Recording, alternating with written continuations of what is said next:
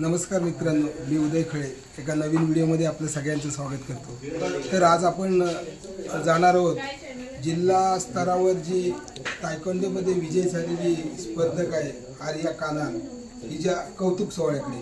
तर चला मग जाऊया। या स्पर्धेमध्ये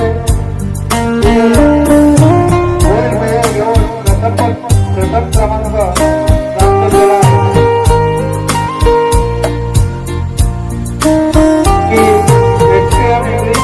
स्कूलमध्ये शिकत असून तिला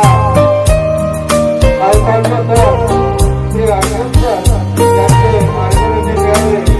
त्यांच्या व आर्याच्या अथक प्रयत्नाने हे पदक तिला मिळालेले आहे।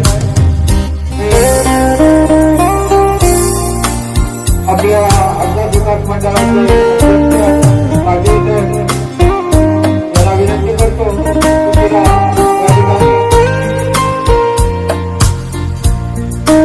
या ठिकाणी कुमारी आर्या कानाल इथे प्रसिद्ध गायक अर्जुन सर यांचा या ठिकाणी सन्मान होतोय।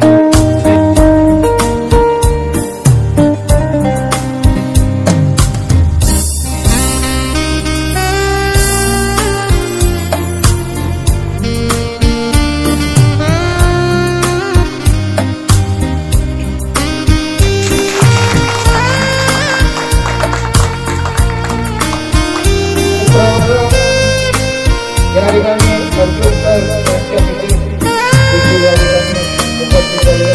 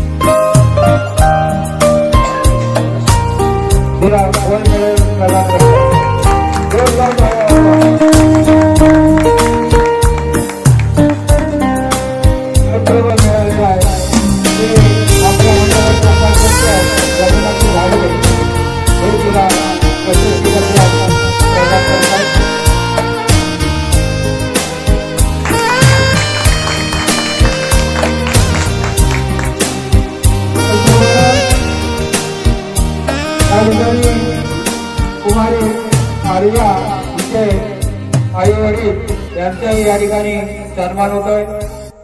नरेंद्र कानाल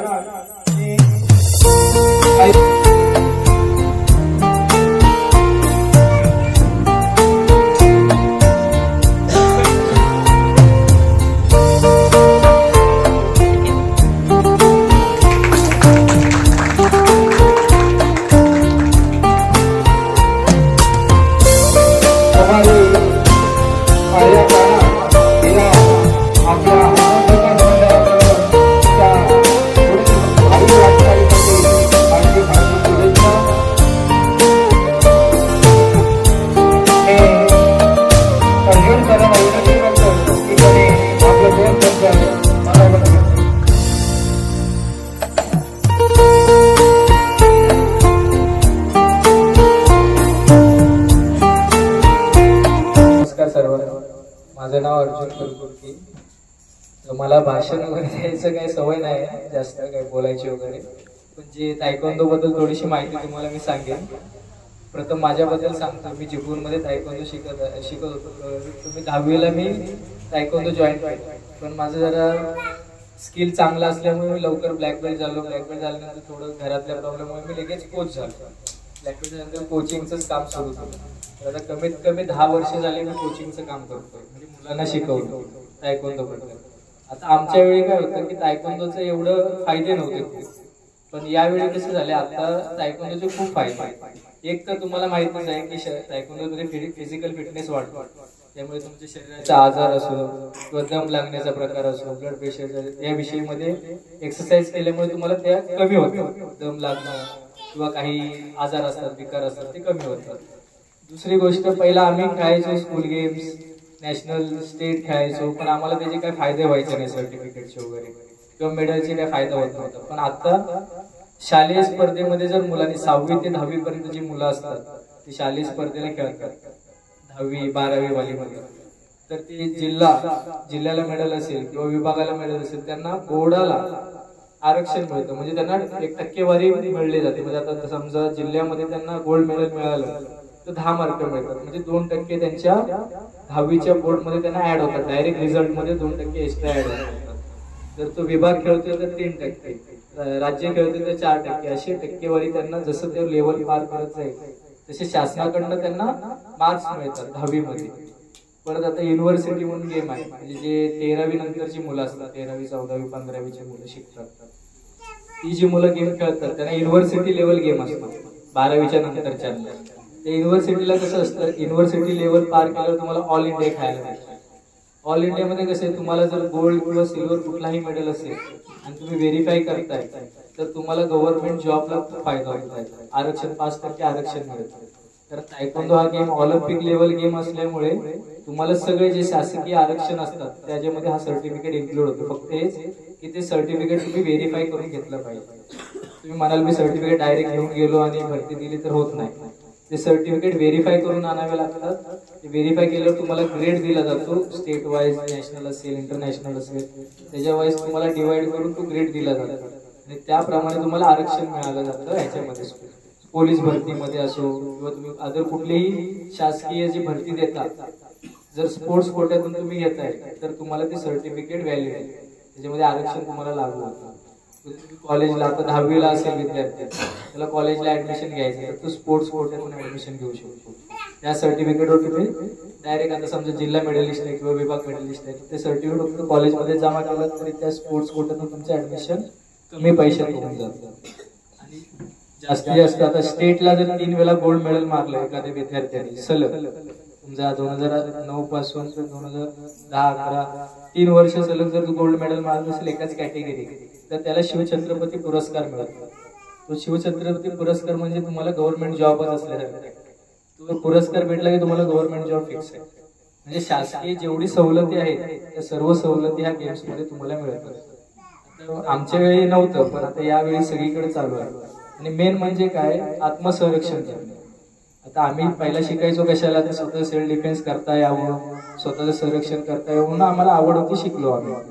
पण आता त्याचं नुसता सेल्फ डिफेन्स न राहता शासकीय किंवा तुमच्या शैक्षणिक जीवनात किंवा तुमच्या बाकी प्रायव्हेट लाईफ मध्ये पण तुम्हाला तो तायक्वांदो हा गेम उपयोगाला येतो. जास्तीत जास्त म्हणजे मुलींना, आता आपण बघत आहोत की मुलींमध्ये बरेच काही प्रकार होतात, मुंबई, पुणे किंवा दिल्ली अशा ठिकाणी मुलींना किडनॅपिंग केलं जाते किंवा काही अदर प्रकार घडतात. तर तायक्वांदो गेम मध्ये तुम्हाला ते मेन शिकवलं जातं की तुम्ही स्वतःचं संरक्षण कसं करून घ्या, किंवा एखाद्याने तुम्हाला पकडलं तर तुम्ही काय करायला पाहिजे, एखाद्याने तुम्हाला हात पकडून ओढत नेतो तर तुम्ही काय केलं पाहिजे, किंवा तुम्हाला दोघा तिघांनी एकसाथ येऊन पकडले, तुम्हाला किडनॅपिंग केलं जाते, तर त्यावेळी तुम्ही काय केलं पाहिजे आणि तुम्ही कसा तो डिफेन्स करून स्वतःला वाचवून घ्यायचं, हे सगळं तायक्वांदो मध्ये शिकवलं जातं. बाकी काय एवढं सांगण्यासारखं नाही, सगळं माहिती तुम्हाला सांगितलंय. शासकीय बाकीचे काय फायदे आहेत, स्वतःसाठी काय फायदे आहेत. आणि आता असंच नाही की फक्त मुलींना शिकण्याची गरज आहे, तर मुलांना पण ऐकण्याची गरजच आहे सेल्फ डिफेन्स करण्याची. कारण कधी कोणावर कुठली सिच्युएशन येईल हे आपण सांगू शकत नाही. एवढं बोलून मी माझ्या भाषणात संपवतो.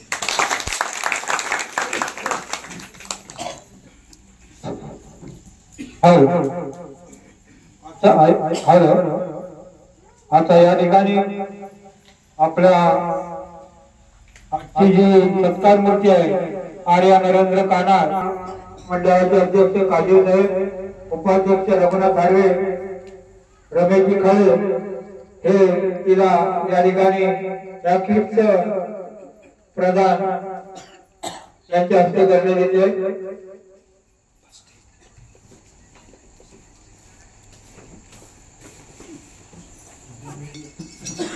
जोरदार टाळ्या वाजवून तिचं या ठिकाणी कौतुक करायचं आहे.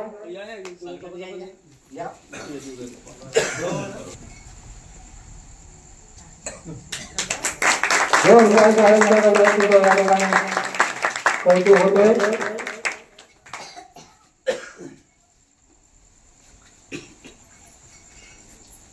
पुन्हा नमस्कार, मी उदय खळे एका नवीन व्हिडिओमध्ये आपलं सगळ्यांचं स्वागत करतो. आता आपण भेटणार आहोत जिल्हा स्तरावर विजय झालेली आर्या नरेंद्र कानाल व त्यांचे सर आणि मॅडम आले. आपण त्यांच्याशी बोलूया. सर नमस्कार. नमस्कार, माझं नाव अर्जुन कलकुटकी. अच्छा, आपण इथे मिळालो आर्या कानाल ह्या विद्यार्थीसोबत. तिने जिल्हास्तरीय स्पर्धेमध्ये गेल्या डिसेंबरमध्ये झालेल्या जिल्हास्तरीय स्पर्धेमध्ये गोल्ड मेडल मिळवलं आहे पुमसे या इव्हेंटमध्ये. तसेच आता झालेल्या 14, 15, 16 पुणे येथे झालेल्या राज्यस्तरीय तायक्वांदो स्पर्धेमध्येही त्याने मिळवलेला आहे. तर तिचा सत्कार करण्यासाठी आज आपण इकडे भेट देत आहोत. अच्छा, तुझं यश पाहून आपल्याला कसं वाटतं सर? नाही, तुमची मेहनत फळाला आली असं वाटत नाही तुम्हाला? माझ्या मेहनतीपेक्षा तिची मेहनत भरपूर इम्पॉर्टंट आहे. कारण कसं आहे, शिक्षकाचं काम आहे रस्ता दाखवणं, बरोबर. त्या रस्त्यावर चालणं हे विद्यार्थ्याचं काम आहे. ते कष्ट सहन करणं आणि त्या कष्टावर उभं राहणं हे महत्त्वाचा विषय आहे. कारण काही मुलं असतात जे रस्ता दाखवला तरी त्या रस्त्यावर जाऊ शकत नाही. कारण तेवढं आतून पण एक म्हणतो ना आपण, एक इच्छा पाहिजे करण्याचं, एक धमक पाहिजे. तर ती तिच्यामध्ये आहे म्हणून ती आता त्या लेवलपर्यंत पोहोचू शकेल. बरोबर. हे होते आर्याचे सर. धन्यवाद. स्टार्ट.